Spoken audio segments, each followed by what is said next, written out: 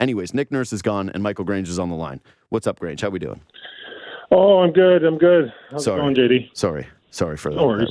I had to get the takes off my chest because now it's about asking you the questions, okay? Yeah. Cool? All good. So you wrote this piece yesterday. I read it. It was really good. It was about, hey, what's going on here every day? It was kind of funny because I've been so locked into the Leafs, I completely forgot Masai hadn't done it. And I went, he hasn't done it. And then it gets leaked that it's going to be a Friday, and you go, all right, something's happening here.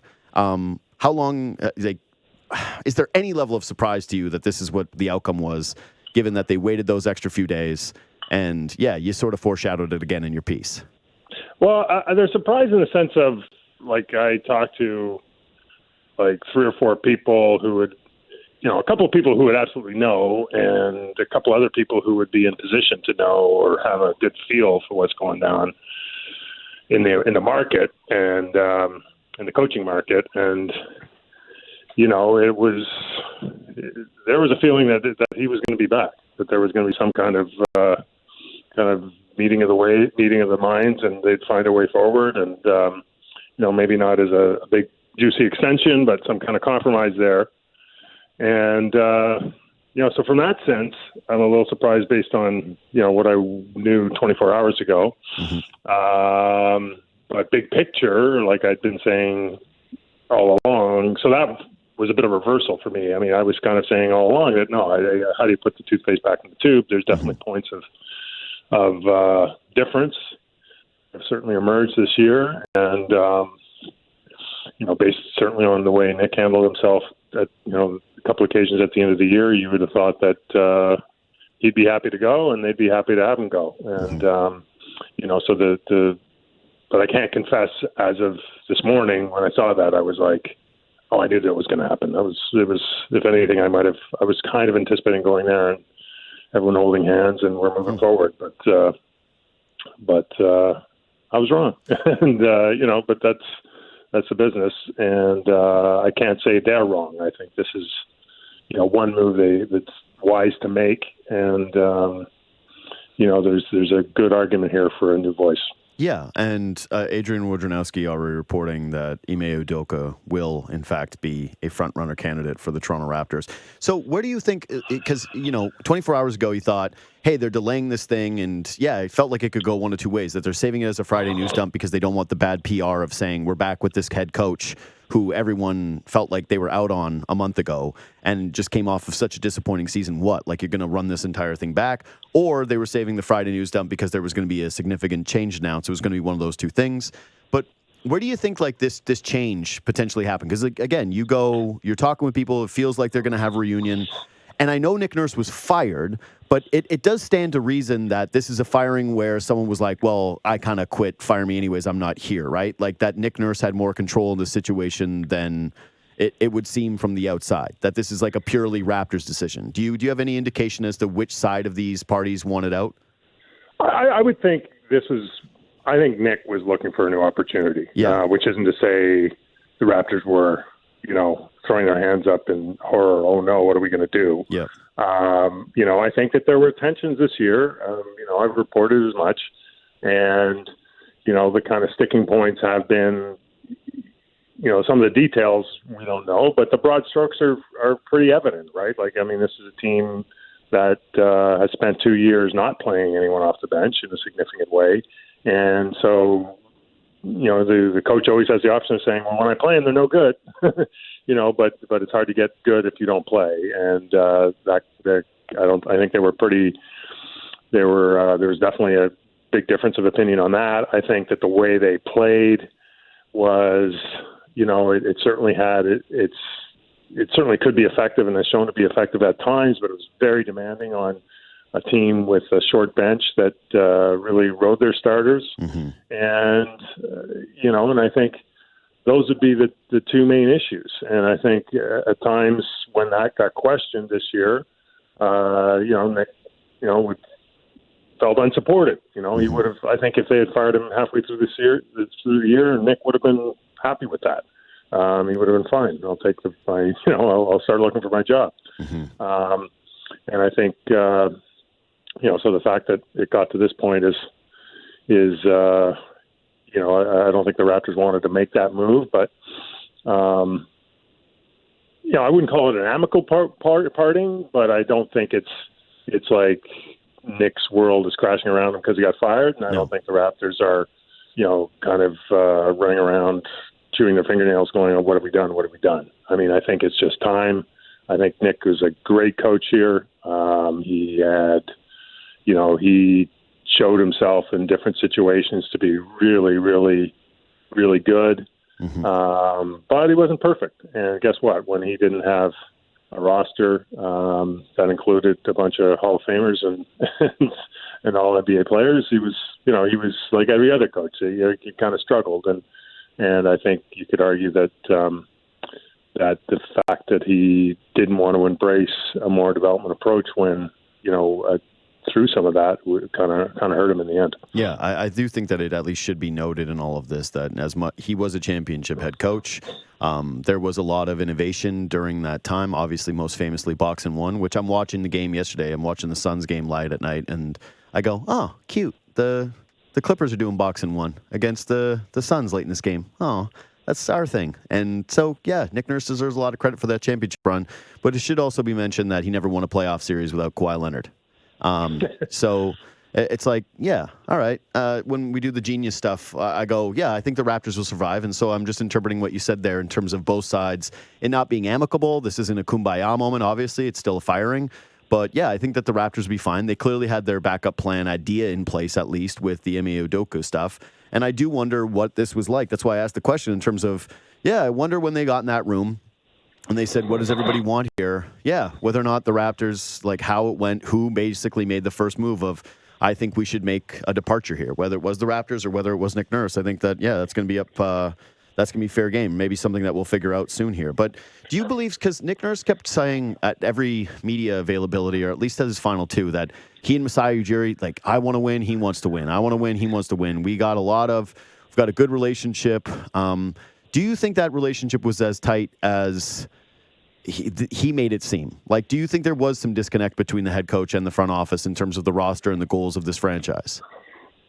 Yeah, I think of course. Like, I mean, I don't think, the relationship is usually tense. It gets really tense when teams lose, when expectations aren't met. But it wasn't, to my understanding, like they couldn't be in the same room together. Like they were, as far as I understand, were meeting this week. Like they were in the same room this week, kind of doing a deep dive and doing an analysis and trying to find out what went wrong. And I think if you're, just like at the trade deadline, they had all kinds of options. I think one of them, and the one they executed, was, well, what if we take this group and add an obvious missing piece? Mm-hmm. What happens?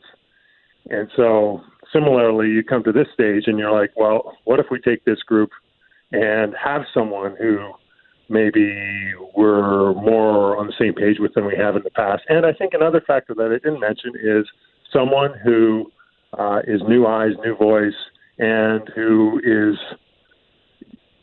willing and determined to hold everyone accountable from the number one guy in the roster to number 17, right?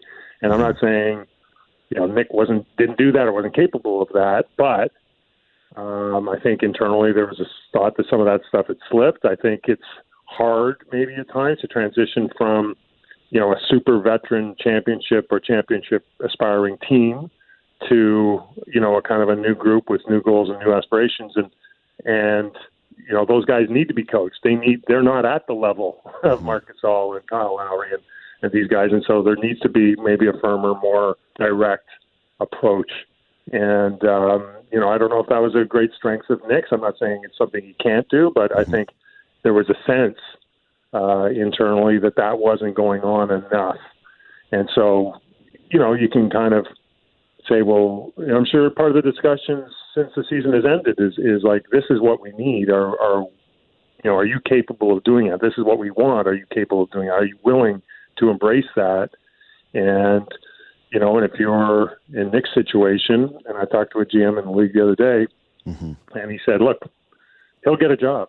You know what I mean? Like, like there's a couple of jobs open that we know of, and, they're pretty good jobs if you want teams with a lot of upside and potential.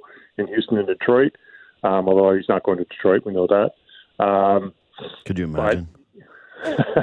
But in a week or so, we're going to have 4 more teams eliminated, and some of those jobs might go open, and that cycle will get repeated.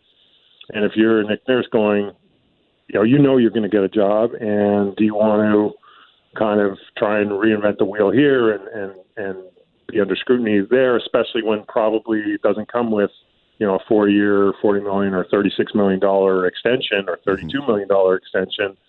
Or do you go, you know what, I'm going to go somewhere that's maybe a little bit further down the road, somewhere where I am going to get that fresh money and I can start fresh myself. I mean, it's, when you put it in that context, like I said, I don't think Nick Nurse is in tears that this came to pass. Well, that was always why I thought the Houston thing was interesting because, okay, there's been murmurs that Harden might end up going back to Houston when the Philly run is done, and that especially considering his exit from that franchise, but that a lot of people think like that's a done deal. It feels as much smoky as when LeBron was in his last year at Cleveland and everyone was saying Lakers, Lakers, Lakers. So you go, okay, that makes it make a little bit more sense with him. But yeah, if you're looking at what happened here the last couple of seasons, and I know the Raptors had a Rookie of the Year winner in Scotty Barnes, but yeah, I don't know. You're a young team. Nick Nurse doesn't seem like the most seamless fit. I guess they know him as an organization. That one is. But yeah, there could be some other jobs that come up. And I even think about stuff like, hey, it's not all his fault. There were so many mitigating circumstances, but is it outside the realm of possibility that like a guy like Taylor Jenkins gets fired if the Grizzlies get embarrassed in a bunch of these games? Like they decide to pivot and they want to change something like, yeah, do you think Nick Nurse is going to be a guy who's going to have his pick of the litter is essentially where I'm going to go with this question? I think he's going to have a good opportunity at a good job because most of the jobs that are available now, or the 2 that we know are available now, are good jobs. Mm-hmm. Again, it's going to take some patience, but you take your chances. If I can't really see Memphis, but let's say Philly, yeah. right? Yeah, I mean, that's another fair one. If Philly kind of falls on its feet and they're trying to convince Joel Embiid not to throw a temper tantrum and demand his way out, then I think pretty sure it would take not too long for them to move on from Doc Rivers, and so you go to Joel Embiid. Well, you're pretty good. Nick Nurse has given you all sorts of problems, so maybe you want him on your side, and maybe there's an opportunity there, and so like I said, I mean, when you see the names that are attached to some of the jobs that are open already, mm-hmm. Like Frank Vogel, he's an interesting coach, but I mean, I don't think like Nick would be in the conversation as one of the if not the top candidate available, I think. Yeah. And,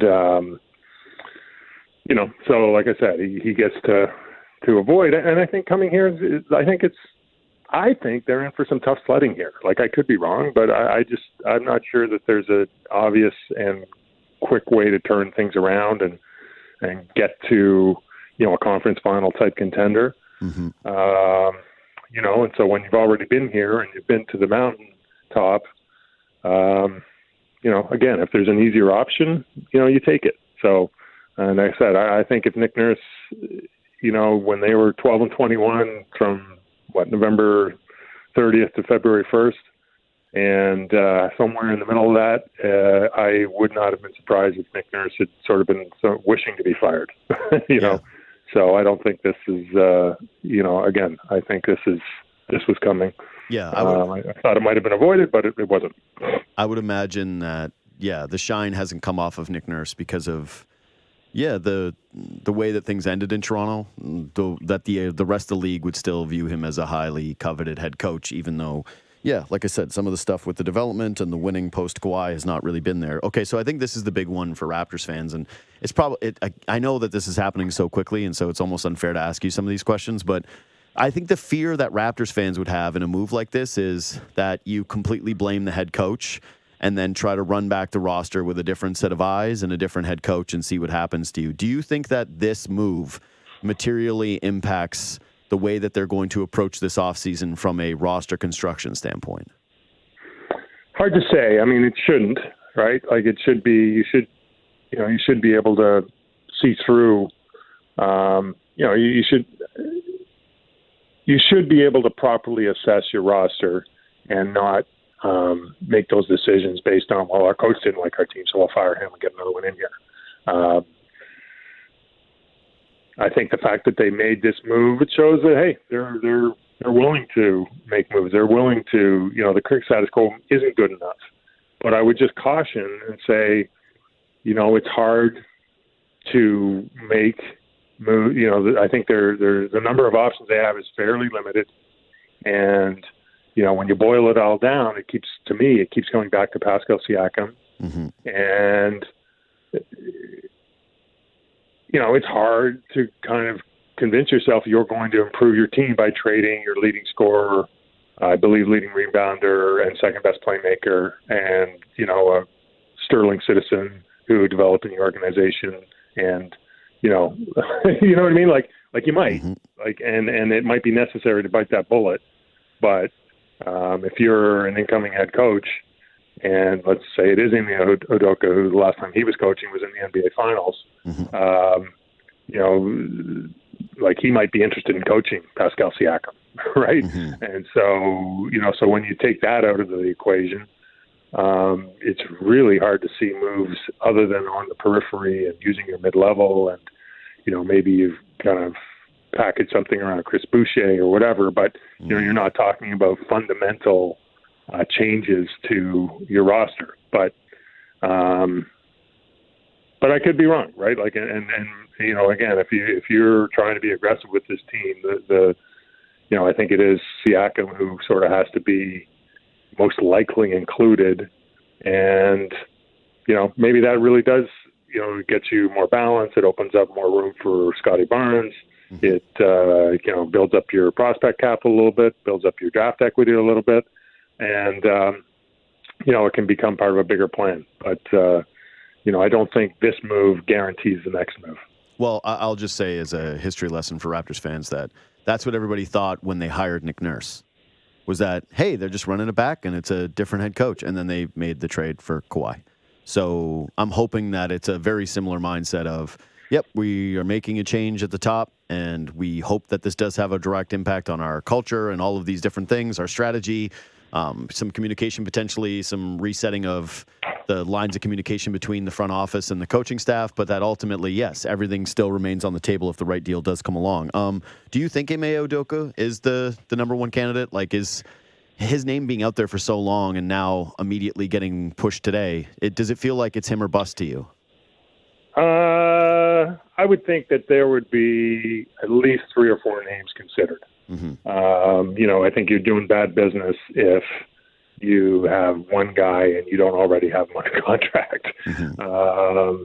That said, I think there has, the relationship is there. If, the first text I got was somebody saying it was going to be Ime, and people I'm not going to pretend I'm more plugged into Woj, and he certainly was pretty quick with the Ime name. It's been out there before. Doug Smith mentioned him. So it certainly feels like there's momentum there. Mm-hmm. But I've asked that question directly, and the answer was he would be one of a number of candidates, but he would check off a lot of boxes, right? Like, he's a very just talking to people who knew in Boston, very direct communicator, very direct with his players, very direct publicly. Mm-hmm. Obviously has a really good resume in terms of years with the Spurs, years with the Sixers, and then of course what he did in Boston. So I don't think it's I think the Raptors would be.